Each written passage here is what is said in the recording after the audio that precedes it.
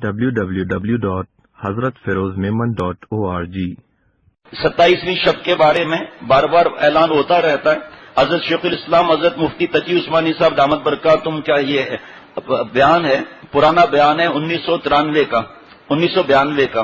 مختصر بتاؤں گا کہ رجب کے بارے میں جو بات صحیح سند کے ساتھ حضور صلی اللہ تعالی علیہ وسلم سے ثابت ہے وہ یہ ہے کہ جب آپ رجب کا چاند دیکھتے تھے تو چاند دیکھ کر آپ یہ دعا فرمایا کرتے تھے، اللہم بارک لنا فی رجب و شعبان و بلغنا رمضان. اے اللہ ہمارے لیے رجب اور شعبان کے مہینے میں برکت عطا فرمائیے اور ہمیں رمضان تک پہنچا دیجئے، یعنی ہماری عمر اتنی کر دیجئے کہ ہم اپنی زندگی میں رمضان شریف کو پالیں. بولن بھائی آمین آمین. یہ جو لوگوں میں شب معراج سے جو انکار کرے گا ایمان کھوٹا ہو جائے گا اس کا. الحمدللہ سب سمجھدار ہیں یہاں پر ماشاءاللہ. لیکن تاریخ کے بارے میں جو ہے وہ یہ کہنا اور اس کے لیے خاص نفل پڑھنا کہ 2 رکعت نفل یہ، پھر سورہ یاسین شریف اور فلاں یہ، اور شعبان میں بھی فلاں نفل اور سورہ یاسین شریف اور دعا فلاں، اور حدیث بات سے کوئی دعا ثابت ہی نہیں. تو رجب کے بارے میں وہ رات منانا اور یہ اس چیز کے لیے اپنی طرف سے نفلیں بنا لینا، لیکن اس رات پر ہمارا ایمان ہے. شیخ العرب العجم عارف باللہ حضرت والا سے کسی نے کہا، حضرت کالج والے ہمارے لونڈے کہتے ہیں کہ آسمان پر راستہ ہی نہیں ہے تو حضور صلی اللہ علیہ وسلم کیسے تشریف لے گئے؟ ہے نا. حضرت نے فرمایا ان کو جواب مت دو ورنہ تمہیں پکڑ کے گھسیٹ کے لے جائیں گے کسی منہ پکڑ کے پاس.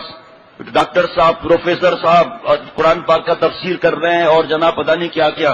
تیرے کو میں جواب دے دیتا ہوں، تو کسی سے متھے نہیں لگنا. ان میں 2 عیسائی بھی تھے تو فرمایا کہ ان سے سب سے جا کر پوچھنا نہیں. مثال دیا، فرمایا جا کے ان سے پوچھو حضرت آدم علیہ السلام کہاں سے آئے تھے. کوئی ایسا نہیں جواب دے گا، سب کہیں گے آسمان سے آئے تھے. فرمایا جب آسمان سے ایک نبی آ سکتا ہے تو دوسرا جا کیوں نہیں سکتا؟ اور بدھو اللہ تجھ سے یہ پوچھیں گے کیا؟ ہاں. حضرت نے فرمایا قسمت کی بات ہے، بدبختی الگ چیز ہے، اللہ کی رحمت الگ چیز ہے. حضور صلی اللہ تعالی علیہ وسلم خود فرما رہے ہیں ابو جہل سے. میں اس طرح گیا، ہمارا سب پر ایمان ہے کہ حضور صلی اللہ تعالی علیہ وسلم گئے بیت المقدس، امامت کرائی، ہمارا سب برات کا سب پر ہمارا ایمان ہے الحمدللہ. ان جاہلوں سے حضرت فرماتے پوچھو کہ سورج کی روشنی 2.5 کروڑ میل کے رفتار سے یہاں آ سکتی ہے، ایک مخلوق تو برا کیوں نہیں جا سکتا وہاں؟ جب تم ٹیلی فون پر بات ہم آپ کرتے ہیں، کینیڈا میں بات ملاؤ ابھی اپنے خرچے پر، جس کو اعتماد نہ ہو اپنے خرچے پر چل تو بڑا کینیڈا میں بات کر. ابھی آپ کی آواز 12 گھنٹے کے بعد پہنچے گی یا فوراً پہنچے گی؟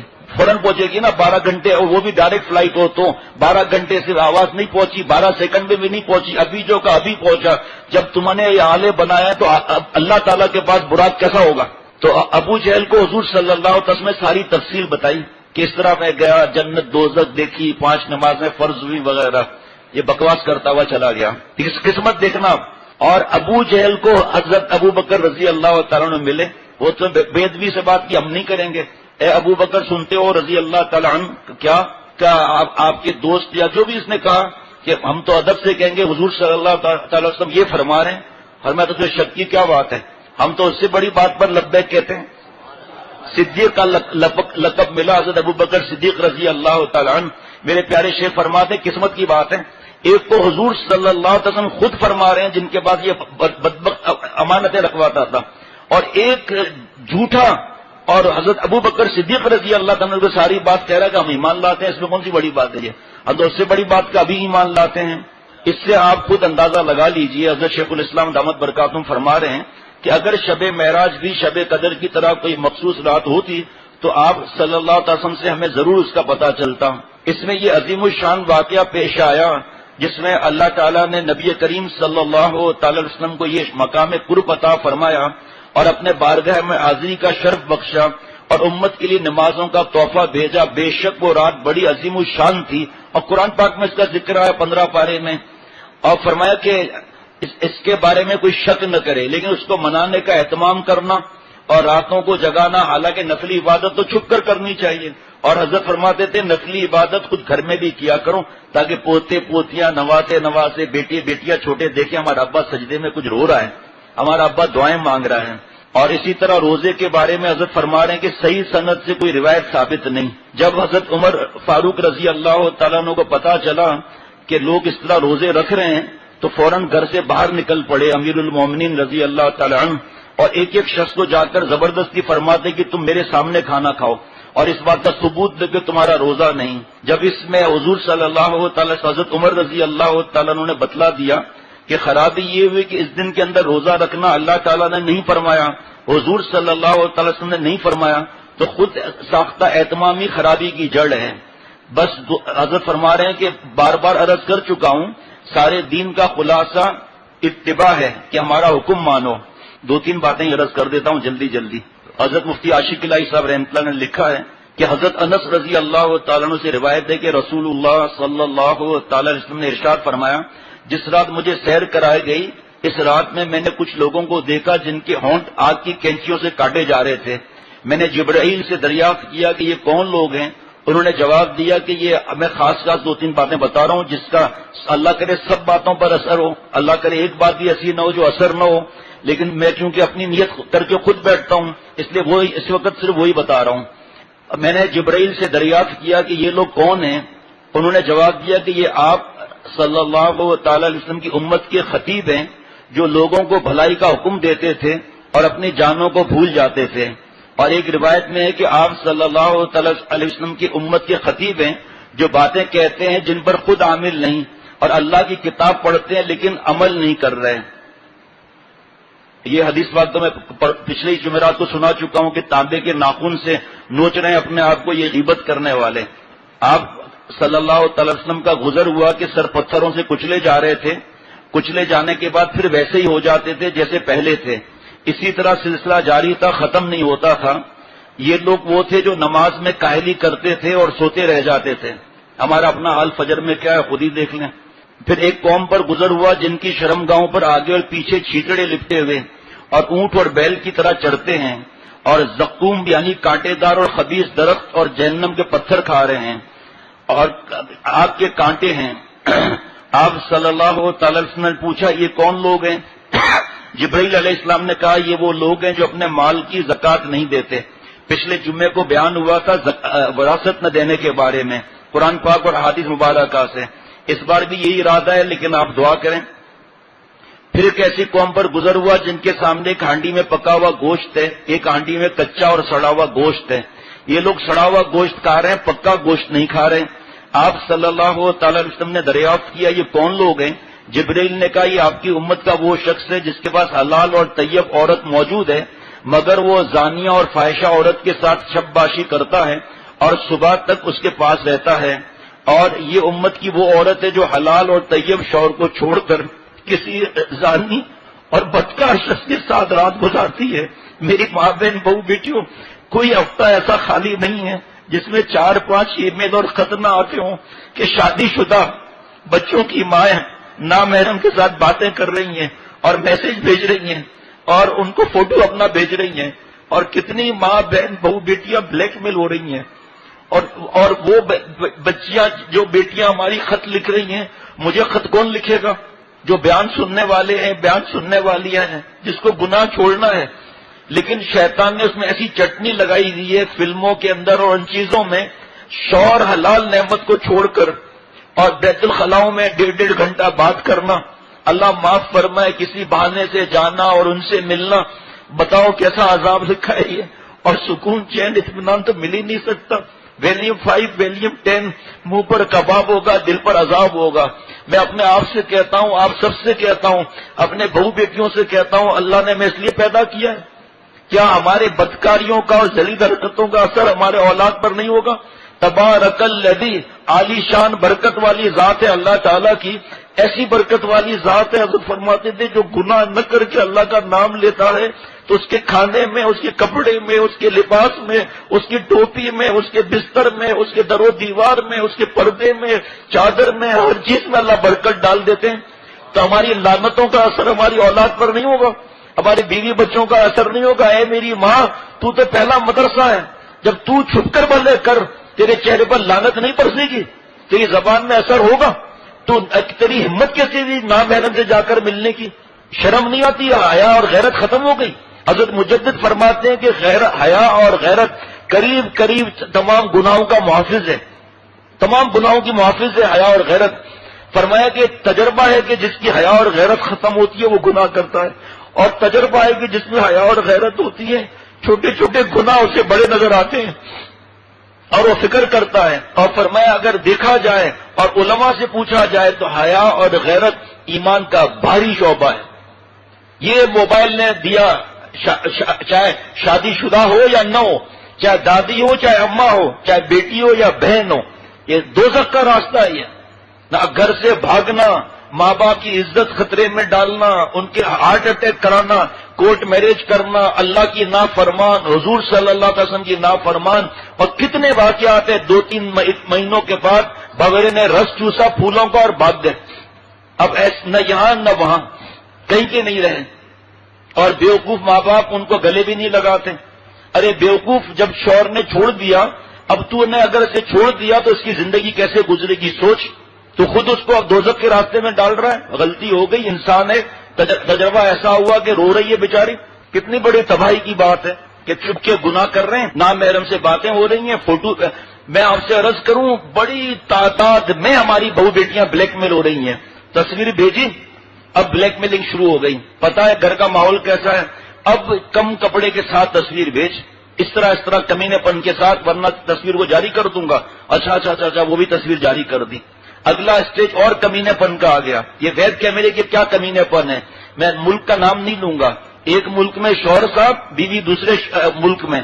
شوہر صاحب کہہ رہے ہیں کہ یہ تو کوئی تصویر تھوڑی ہے، اور اس کمینے پن کے ساتھ سامنے آ جا. میاں بیوی کا کوئی پردہ تھوڑی ہوتا ہے.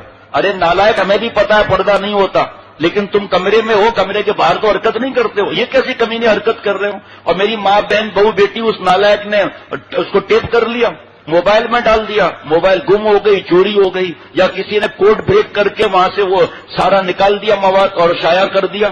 غیرت اور حیا کوئی چیز نہیں ہے. لیکن کیا اللہ معاف فرمائے، گناہ چھوڑنے کی ہمیں فکر ہی نہیں. تو اللہ تعالیٰ مل رہے ہیں والذین جاہدوا فینا پر، مشقت اور مجاہدے کے ساتھ اللہ مل رہے ہیں. اس موبائل نے کیا دیا ہمیں سوائے بے حیائی، اریانی؟ اس میں نیٹ، کیبل، ٹی وی سب آ گئے. بے حیائی، مرڈر، دہشت گردی، شراب، ڈرگس، گھر سے بھاگنا، حرام عشق، ناچنا، گندا لباس، سوئمنگ سکھانا، کس طرح لڑکا پھنسائے لڑکی کو، لڑکی پھنسائے لڑکے کو، اور کس طرح بے غیرتی کا اعلیٰ سے اعلیٰ نعوذ باللہ مظاہرہ کیا. اور کیا دیا اس نے؟ حضرت شیخ الاسلام حضرت مفتی تقی عثمانی صاحب دامت برکاتہم کا فتاوی عثمانیہ جلد نمبر 4 صفحہ نمبر یاد ہے؟ اس پہ لکھا ہوا ہے کہ علماء کو بھی ٹی وی پر نہیں آنا چاہیے، اور وہاں پھر اس کو جواز مل جائے گا گھر میں لانے کا. اور فرمایا ناممکن ہے ٹی وی کے گناہوں سے بچنا. جس کو چاہیے اپنا فوٹو سیٹ آ کے اب چلو ہمارے سے ہی پیسے لے کر ہمارے پاس ہی فوٹو سیٹ کرا دے. یہ جمعرات کا مجمع مبارک، جمعہ مبارک، اتوار کی صبح کی مجلس مبارک. لیکن اللہ والا بننے کے لیے ہمیں اپنے اپنے شیخ سے مضبوط تعلق رکھنا ہوگا کہ کس طرح ان گناہوں سے بچیں. اللہ اللہ. اس کے بعد ایک سوراخ پر گزر ہوا جو چھوٹا سا تھا، اس میں سے ایک بڑا بیل نکلا. بیل چاہتا ہے کہ جہاں سے نکلا ہے پھر اسی میں داخل ہو جائے، لیکن نہیں ہو رہا. آپ صلی اللہ تعالی وسلم نے فرمایا یہ کون؟ حضرت جبرائیل نے عرض کیا کہ یہ وہ شخص ہے جو گناہ کی بات کرتا ہے، اس پر وہ نادم ہوتا ہے اور چاہتا ہے کہ اس کو واپس کر دے، پھر اس کی طاقت نہیں پاتا. غیبت کر لیا، بہتان لگا لیا، چغلی پر تو پچھلے جمعرات کو بیان ہوا تھا. کتنے پھر ای میل آئے کہ ہم نے تو اس کو سنا ہی نہیں، سمجھا ہی نہیں تھا چغلی اتنا بڑا گناہ ہے. دو آپس میں لڑانا، دل میں نفرتیں پیدا کرنا. اب آدمی پچھتا رہا ہے، لیکن کیا ہوتا ہے اس سے پھر پچھتانے سے؟ میرے سامنے اس وقت کتاب کی فوٹو اسٹیٹ ہے، ماہ رجب، چند غلط فہمیوں کا ازالہ، دنیا اسلام کی پہاڑ، دنیا اسلام کی ناک. حضرت شیخ الاسلام حضرت مفتی تقی عثمانی صاحب دامت برکاتہم کا یہ بیان ہے 1992 کا جامع مسجد بیت المکرم گلشن اقبال میں. فرمایا کہ اس پورے رجب مہینے کی ایک تو پرچے تقسیم بھی ہوئے تھے کنڈے کے بارے میں کہ ہم کس کی نقل کر رہے ہیں. اللہ کے دشمنوں نے خوشیاں منائی تھی حضرت جعفر طیار رضی اللہ تعالیٰ عنہ کے شہادت پر. ہم بیوقوفی میں جا کر شریک ہو جاتے ہیں اور گھر میں بھی یہ کرتے ہیں. کاش کہ یہ بات سمجھ میں آ جائے نا، حدیث پاک جو جس قوم کی نقل کرے گا اس کے ساتھ معاملہ ہوگا. بھائی کاشف کہہ دینا کہ کنڈوں کے پرچے دوبارہ بھی جس کے پاس نہ ہو دے دیں، تاکہ پتہ چلے کہ اللہ ہم سے ناراض ہو گئے اور ہمیں پتہ بھی نہیں. اور اللہ جس سے ناراض ہے ان کی نقل کر رہے ہیں، ان کے ساتھ شریک ہو رہے ہیں اور اپنے گھر میں بھی کنڈے کر کے اپنا کنڈا کر رہے ہیں. ایک نمبر 2، حدیث پاک صحیح سند سے حضور صلی اللہ تعالی وسلم سے ثابت ہے، وہ یہ ہے کہ جب آپ رجب کا چاند دیکھتے تھے تو چاند دیکھ کر آپ یہ دعا فرماتے تھے اللہم بارک لنا فی رجب و شعبان، اے اللہ ہمارے لیے رجب اور شعبان کے مہینے میں برکت عطا فرما اور ہمیں رمضان تک پہنچا دیجئے۔ اس دعا میں کیا دعا چھپی ہوئی ہے کہ اللہ مجھے میری عمر میں ایسی برکت دے دیجئے، اتنی عمر دے دیجئے کہ میں رمضان شریف پالوں۔ ماہ رمضان ہے عہد وفا کی تجدید، ماہ رمضان ہے عہد وفا کی تجدید، ناصر رو رو کے ان کو منا لینے دو۔ تو رجب کی پہلی بات کیا ہے کہ چاند دیکھ کر دعا کرنا، اور عمر کی برکت کی دعا اس میں آ جاتی ہے کہ ہمیں رمضان شریف مل جائے۔ اور اللہ کا عاشق جو ہوتا ہے، جو آقا صلی اللہ علیہ وسلم کے ارشادات پہ عمل کرتا ہے، اس کی ہر رات شب قدر ہوتی ہے 365 دن جناب، اس کا ہر دن عید کا دن ہوتا ہے۔ وہ رمضان ہی نہیں ہوتے کہ مینڈک آ گیا پھر مینڈک غائب ہو گیا، وہ 12 ربیع الاول کے 1 مہینے 1.5 مہینے کے غلام نہیں ہوتے، ان کا ہر سال، ہر مہینہ، ہر ہفتہ، ہر دن، ہر گھنٹہ، ہر منٹ، ہر سیکنڈ، ہر سانس ربیع الاول ہوتی ہے۔ ہم رمضان ہی نہیں ہیں کہ اس رمضان میں نیکیاں کر لی، اس کے بعد پھر عید کے دن سے پھر بمباری شروع گناہوں کی۔ جو عمارت بنی تھی اللہ کے عشق اور معرفت کی تلاوت سے، ذکر سے، حضرت شیخ الحدیث مولانا زکریا صاحب رحمۃ اللہ علیہ فرماتے ہیں، نعمت کے طور پہ بتا رہا ہوں کہ رمضان میں میری گھر کی بہو بیٹیاں گھر کے کام کے ساتھ 15 15 18 18 12 12 پارے روز، اور ہم اور ہماری بہو بیٹیاں فلمیں، گانے، غیبتیں، جناب کینچی کی طرح زبان ادھر چھری چل رہی ہے فروٹ چاٹ میں، ادھر زبان بھی چل رہی ہے۔ خیر وہ وقت آئے گا، ابھی تو شب برات کی بات۔ جس نے معراج شریف کے بارے میں شک کیا اس کا ایمان ہی گیا۔ علماء سارے دنیا کے مفتی صاحبان فرماتے ہیں جس طرح شب برات میں 15 تاریخ کا حدیث پاک میں آ گیا، جس طرح شب قدر میں 21 23 25 27 29 آ گئی، تو اللہ چاہتے تو اس تاریخ کو بھی محفوظ رکھتے، لیکن 27 تاریخ کو فکس کرنا غلط ہے۔ شب معراج کے بارے میں شک کرنا ایمان کو کھوٹا کرنا ہے، اللہ سے ملاقات پر اعتماد نہیں کرنا ایمان کو کھوٹا کرنا ہے۔ ہم شب معراج کی رات کو مانتے ہیں یقین کے ساتھ الحمدللہ اللہ کے کرم سے۔ جو بیوقوف لوگ ہیں وہ کہتے ہیں کہ ایسے کیسے براق جو ہے آسمان پر چلا گیا، تجھ سے اللہ پوچھیں گے براق کیسے چلا گیا؟ تم یہاں سے کینیڈا بات کرتے ہو تو کیا آواز ٹریول کرتے ہوئے 12 گھنٹے میں پہنچتی ہے کیا؟ تمہارا سیٹلائٹ تو آواز اسی وقت پہنچا دے، اور اللہ کا براق کے سامنے سیٹلائٹ کیا بیچتا ہے؟ آپ سائنسدان خود کہتے ہو کہ 2.5 کروڑ میل کی رفتار سے 1 سیکنڈ کے اندر سورج کی روشنی دنیا میں آ رہی ہے، تو جو اللہ سورج کی رفتار یہ کر سکتا ہے براق کی رفتار کیسے ہوگی؟ ایک بیوقوف شخص نے حضرت سے کہا، ہمارے دوست اور 2 عیسائی وہ کہہ رہے ہیں کہ آسمان پر رستہ کہاں ہے حضور صلی اللہ علیہ وسلم کے جانے کا؟ حضرت والا ہنسے، کہ ان سب بیوقوفوں سے پوچھو حضرت آدم علیہ السلام کہاں سے آئے؟ اور سب سے پوچھ کر یونیورسٹی سے آئے کہ سب کہہ رہے ہیں حضرت آدم علیہ السلام آسمان سے آئے۔ فرمایا بیوقوف، جس راستے سے ایک پیغمبر آ سکتا ہے دوسرا پیغمبر جا کیوں نہیں سکتا؟ اللہ ہم سے ہمارا پوچھیں گے، زکوٰۃ کا پوچھیں گے، نماز کا پوچھیں گے، حج کا پوچھیں گے، ماں باپ سے سلوک کا پوچھیں گے، نماز کا پوچھیں گے، اللہ تعالیٰ تلاوت صحیح کرتے تھے نہیں کرتے تھے اس کا پوچھتے تھے۔ جو اللہ سوال ایگزام دے رہا ہے ہمارے دوست پی ایچ ڈی کا اور پڑھے جا کے انجینئرنگ، بڑے نمبر آ جائیں گے اس کے پاس، تو ہمارا ایگزام جس چیز کا ہے اس کو تو قرآن پاک نے بتا دیا، احادیث مبارکہ نے بتا دیا۔ تو فرمایا کہ اس رات کی لوگوں نے جو یہ نمازیں اپنی طرف سے گھڑ لی ہیں، اپنی طرف سے دعائیں ملا لی ہیں اور جا کر مسجدوں میں بیٹھ جاتے ہیں، حالانکہ نفل عبادت تو چھپ کے کرنی چاہیے، کبھی 1-2 رکعت گھر میں پڑھنی چاہیے نفل کی، تاکہ بیٹے اور بیٹیوں کو پتا چلے کہ ہمارے ابا سجدے میں رو رہے ہیں، ہمارے ابا ہاتھ پھیلا کر بھیک مانگ رہے ہیں۔ لیکن ہم کہتے ہیں کہ صاحب وہ بچے شور کریں گے، وہ کریں گے۔ آقا صلی اللہ علیہ وسلم پر حضرت حسن حضرت حسین رضی اللہ تعالیٰ عنہما نہیں چڑھ جاتے تھے؟ لیکن یہ اپنی طرف سے ہم فیصلہ کر لیتے ہیں۔ فرمایا اس کو مخصوص رات کو یہ عظیم الشان واقعہ پیش آیا، اللہ تعالیٰ نے حضور صلی اللہ علیہ وسلم کو مقام قرب عطا فرمایا، اپنی بارگاہ میں حاضری کا شرف بخشا، امت کے لیے نمازوں کا تحفہ بھیجا۔ بے شک وہ رات بڑی عظیم الشان رات تھی، لیکن آقا صلی اللہ علیہ وسلم نے جتنا عمل کیا رجب میں، صحابہ رضوان اللہ علیہ مجمعین نے جتنا عمل کیا رجب میں، اس سے بڑھ کر نہیں جا سکتے۔ اس سے بڑھ کر رسم اور بدعت ہو جائے گی، اس کا ٹھکانہ پھر جہنم ہوگا۔ وہ حلوے گھروں میں بھیجے جا رہے ہیں، یہ بھیجا، کچھ اصل نہیں ہے یہ، اس کو ثواب سمجھ کر کرنا تو اور مصیبت آ جائے گی کہ اس کو ثواب سمجھ لیا۔ اسی طرح 27 شب کا روزے کا کوئی حکم نہیں ہے، کوئی حدیث پاک اب تک نہیں ملی کہ 27 رجب کو روزہ رکھنا چاہیے۔ اب آپ دیکھتے نہیں ہیں کہ نعوذ باللہ 12 ربیع الاول کو تیسری عید ہو رہی ہے۔ اب بتاؤ، اب باقاعدہ خطبہ، نئے کپڑے، مبارکباد دیے جا رہے ہیں، کیا اللہ تعالیٰ اور حضور صلی اللہ علیہ وسلم کو معلوم نہیں تھا جو آپ اور ہم پڑھا رہے ہیں؟ سوئم کر رہے ہیں، تیجا کر رہے ہیں، 40واں 21واں برسی، اور لڑ رہے ہیں، اگر کوئی بتائے کہ بھائی اس پر پکڑ ہوگی، اس پر عذاب کا خطرہ ہے، اگر توبہ نہیں کیا تو دیگیں اتار دیں گے، اس پر 1 لاکھ خرچہ کر لیں گے، کیونکہ ریا، شرک خفی دکھلانا 20,000 مسجد میں دیتے ہوئے تکلیف ہوگی کہ بھئی وہ آج کل کیا ہے، کڑکی زیادہ ہے، آج کل معاشرے میں تقوی کی فکر ہے نہیں. حضرت مفتی تقی عثمانی صاحب دامت برکاتہم فرما رہے ہیں کہ اس کی فکر ہے نہیں. www.hazratfirozmemon.org